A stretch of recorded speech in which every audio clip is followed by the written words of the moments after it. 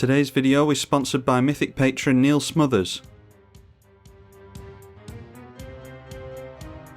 Queen Marchesa versus Maelstrom Wanderer with no lands in hand. We are going to have to mulligan and go down a card. Yeah, we've only got one colour there. Have to go down another one. Alright, that's not incredible, but it's not exactly terrible either. Let's keep that one.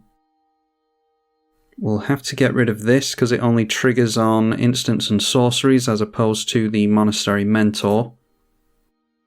And we'll get rid of the Protector as well. So it's a turn 1 Lightning Greaves. And another land for us, so we just need a red one now. We'll go Scrub Land into the Monastery Mentor. And start whacking our opponent for 2. Just another tap land from our opponent, so they're not getting off to the fastest start. Do we get down the tap land here? I think we'll take another shock. And we'll go for the Bitter Blossom and the tap land. Not entirely certain if our opponent's likely to run Lightning Bolt. I wouldn't have thought so in a Maelstrom Wanderer list, but I'll just leave the Greaves on the Monastery Mentor just in case. And there is the first piece of ramp in Kodama's Reach. Noteworthy that they are running both Snow Basics and regular Basics, I always point that out, but it is worth noting just in case of Field of the Dead. Not that there's much we can do to keep them from playing that. Oubliette is probably the best piece of removal that we could have had for the Maelstrom Wanderer, because pacifying it is about as good as you can do against the Maelstrom Wanderer. They don't mind recasting this over and over again, as we've seen on this channel a million times. Let's give the Fairy haste and carry on swinging him. Really desperate for red mana at this point. Sakura Tribe Elder, 6 cards in hand still. And then a Trigon Predator, which can easily get rid of both our Lightning Greaves and the Bitter Blossom, so that's not good to see. Although, does it need to hit or just attack? Yeah, it needs to deal combat damage to a player, so we can at least block that with the Fairy Rogues. We'll hold them back. Anguished Unmaking is not terrible against it either. Yeah, we could do that in response if they want to gang up on Monastery Mentor. Maybe I'd rather wait to exile a Gilded Lotus though. Obviously they sacrifice Sakura Tribe Elder to ramp this turn. And that is a Genesis Ultimatum. Let's see what they get out of this. Hopefully it's just a bunch of lands. No, of course not. It is Progenitor Mimic. That is going to have to eat an Anguished Unmaking, I think. They get Wall of Roots as well. Copying our Monastery Mentor, which gets through Shroud apparently. Let's get rid of that right now. The last thing we need is them having a bunch of Monastery Mentors from the Progenitor Mimic. And then we continue to keep our fingers crossed for a red land. Any form of card draw will do as well. It's not our game apparently. So there it is, Maelstrom Wanderer. They'll get some more free spells, including Phyrexian Metamorph. And that comes down as a copy of the Trigon Predator. And then a Palancron, so yeah, that's probably us done. They've still got 6 cards in hand. Let's see what they can do. They draw from the Garruk's Uprising as well. So they've got Trample, they've got Haste. They can get at least one Trigon Predator through to take out the Bitter Blossom or the Lightning Greaves. Keranos, God of Storms. And that draws them another card. That also has Haste and Trample and Indestructible. And then Recross Paths. I'm not familiar with that one. Reveal cards from the top of your library until you reveal a land. Put it onto the battlefield. Then clash with an opponent and return it to hand if you win the clash. So we'll see which card we're going to draw into here. It is a Swords to Plowshares. Don't really want that, so we'll put it on the bottom. And they get themselves into a Halimar Depths. And I think they revealed Nyx Bloom Ancient off the top, which is definitely going to be a Swords to Plowshares. Not swinging in with their Maelstrom Wanderer, surprisingly. I would think they wouldn't really care if they lose that or not. So we'll gang up on... yeah, they have Trample, so we might as well just gang up on one of those and get rid of it. And then, like I said, everything else has Trample, so we might as well just take the damage. And they decide to blow up the Bitter Blossom. Demonic Tutor gets us into Toxic Deluge. We can go for 5 on that. It's not good enough. Our opponent's still going to beat us, but we'll do it. Get all the prowess triggers. We can deal a little bit of damage to our opponent.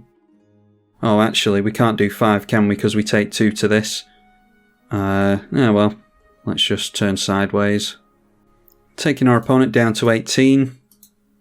Let's go Toxic Deluge, and we'll go Toxic Deluge. Will it let us do it for 4? I don't think it will.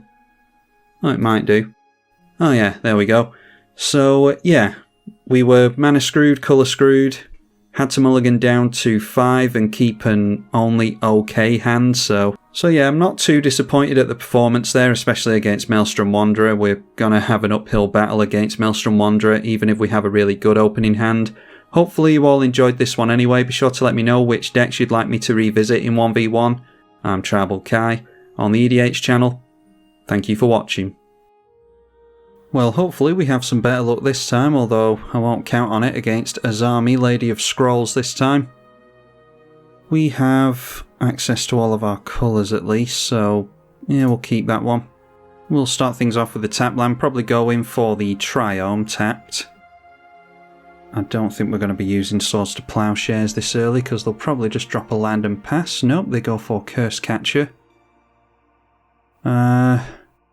Yeah, that is something to play around, but we're not likely to use the Swords to Plowshares on that, I don't think, so we will go for our Mardu Triome. And now there is a scrub land as well, so we can go for Queen Marchesa on turn 4. We've also got access to the Swords to Plowshares. Now that we can pay for the Curse Catcher mana, that will counter it if we don't pay 1. And then some Ramping Sky Diamond, they're already down to 4 cards, so yeah, that's fine with me. This of course is a wizard that they can tap down to their commander. Now a Tech Edge, we can get rid of their Cephalid Colosseum, that will draw them cards as well. We'll get the Summoning Sickness away from our Mutavault, and don't think we're going to see their Azami just yet, so let's go Lingering Souls. Could have gone for Bedevil onto there, of course. And if they decide to counter this, I'm not really all that worried about that. Allowing the spirits to come into play, and we've got some new Strixhaven spirits with flying. A Grim Monolith, so I think we might have to go for Bedevil onto that. Maybe get some counter magic out of their hand. They might be holding up counter magic for our commander. So that'll be Mountain. Yeah, we're struggling. I might have gone for Duress here to have a look at their hand, but yeah, let's go Bedevil onto the Grim Monolith. And they decide to tap it for mana, go for the Impulse. They'll get to look at the top 4 and pick 1 to put into their hand. Then swing in with a couple of spirits. We have made some changes to the deck with Strixhaven, the newest set by the way. As you can see from the Baleful Mastery. At the end of the video I'll go over some changes I've made if I can remember. It's been a few days since I made the changes. Our opponent's still a mana shy of their Azami. Going for a Fabricate though, so this might be a Sol Ring. And it is Sol Ring, so they ping themselves with the Cephalid Colosseum to get the Sol Ring into play. And hitting us for 1. Okay, Wrath of God. I think we just get down our Queen Marchesa at this point. And we do become the Monarch, of course. Would be really nice to duress our opponent, but they'd probably counter it anyway. We'll hold back a Spirit. I don't mind trading them the Curse Catcher. And then we draw into a Swamp, so that's good. More black mana for us. So they can get down their Azami here. It's not affected by Summoning Sickness, so they can draw 2 cards. Probably get into another land if they don't have one already, and maybe hold up some counter magic. But then deciding to not go for Azami maybe. Instead, that is Gilded Drake. So maybe it's Wrath of God time then, because they're going to start getting assassin tokens at this point. Maybe we hold off until they get the Azami into play. I suppose we could look at their hand with a Duress and see if they've got any counter magic. So passing the turn at that, yeah, I think the plan is we'll get another Swamp into play. I think the plan is to go for Duress. If they don't have any counter magic in hand, then we'll assume that they're not going to top deck into any. Then we can go Wrath of God the turn after, assuming Azami comes into play. So let's go for that. Okay, they've got Pact of Negation, so they can protect their commander. It will be 2 mana for the Swords to Plowshares, and then 3 mana for our Baleful Mastery if we do that with the 2 mana cost. And I'm adding the mana for the Curse Catcher, of course.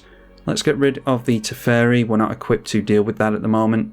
And we'll swing in with the Gilded Drake. They're probably going to swing in with Queen Marchesa next turn. And like I said, they are going to start getting assassin tokens, so I wonder if it's worth the Lingering Souls or not. Probably not, we'll just hold up the 2 removal pieces. And we'll draw with the trigger, that is Bastion Protector. No good while our commander is over there. Yeah, so in that case, why don't we get rid of a land of theirs. We're holding up Tectonic Edge as well. If they make a land this turn, we can get rid of the Colosseum. And there is an assassin token. So they can swing in with everything if they want, but not swinging in with the Queen Marchesa, curiously.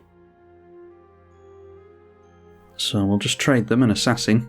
I'm refusing to throw down their commander, so we'll go for the Baleful Mastery for 4 mana. As long as we can keep hold of the monarchy, we should be able to get from underneath our opponent's control. And they allow that. They did stop for a while, they've got 3 cards in hand, so they may well have counter magic. Now a command tower we will throw straight into play. And how's about a Bastion Protector still holding up swords? We can maybe go in with Mutavault as well. No, I like the idea of holding the Mutavault back, and I might go for the Lingering Souls this turn as well. Yeah, so let's just swing in with the Flyer, and we'll go in with a Spirit as well. Okay, and that is Unsubstantiate. Return a creature to its owner's hand, so they get the Gilded Drake back. Ready to steal something away. If they take the Bastion Protector, that might actually be relevant, although we do have swords. Might actually go Swords to Plowshares on that. It's a shame we don't have a sack outlet, but I really don't want them taking our Bastion Protector. And we'll gain the life here with the Swords to Plowshares. Might drag some counter magic out of their hand here as well. But they allow us to gain the life and exile their creature. So holding up the Mutavault so that we can block if we're desperate. Get into Mana Crypt for even more mana, which means we're probably casting our Queen Marchesa next turn. Still haven't made that 4th land yet, but there is Azami, so we might see it here. Drawing a card with Azami, and with the Curse Catcher. So 5 cards in hand. And then we draw for the turn, that is a Flooded Strand. Let's just... yeah, we'll go for the Mana Crypt. See if we can get our commander into play. And we become the Monarch again. Just going to drop a Swamp. And... yeah, let's swing in at them. We'll allow them another turn with their Azami. And I think we'll go for the Lingering Souls. Just trying to outrace my opponent at this point because they haven't had the fastest start. Alright, there's a Pongify. Gives us an untapped creature at least, but that is indestructible, so... yeah, maybe they don't know what the Bastion Protector does, just giving us a creature for no reason. And there's the Shame Scoop. Yeah, it is a shame to scoop up the game like that because we hadn't won just yet. Maybe we were going to, maybe we weren't, we'll never know now. Well, that's that game over and done with regardless. Let's go over the deck list and see if I can remember the changes I've made. Okay, I think it was just a few pieces of spot removal. I mean, that's pretty much all this deck is. I know I took out Oblivion Ring, and I think... yeah, and I took out Disenchant as well. Destroy an artifact or enchantment. Any black and white deck that runs Disenchant should now instead run Fracture, because it's a better Disenchant. It destroys a Planeswalker as well. And you should be able to cast that in any black-white deck, it's easy enough. So we've got that in there. I think instead of the Oblivion Ring, I must have put the Baleful Mastery in here. And then I'm not entirely sure what the other card is that I removed, but I did shoehorn in. We've got Night's Whisper. We'd never had Signing Blood in this deck. But I have put in my favourite card from Strixhaven, and arguably the best card from Strixhaven, or the most playable one for me at least, Plumb the Forbidden. This should be seeing a lot of use in Commander from now on because it is a very, very good card draw spell. It should go well with all the token production that we've got in the deck. But yeah, apart from that, a pretty uneventful one I think. Oh, there is a Sedgemoor Witch as well, which I'm trying. Sedgemoor Witch, I think we saw that in the first game, very briefly. It's pretty much another Monastery Mentor.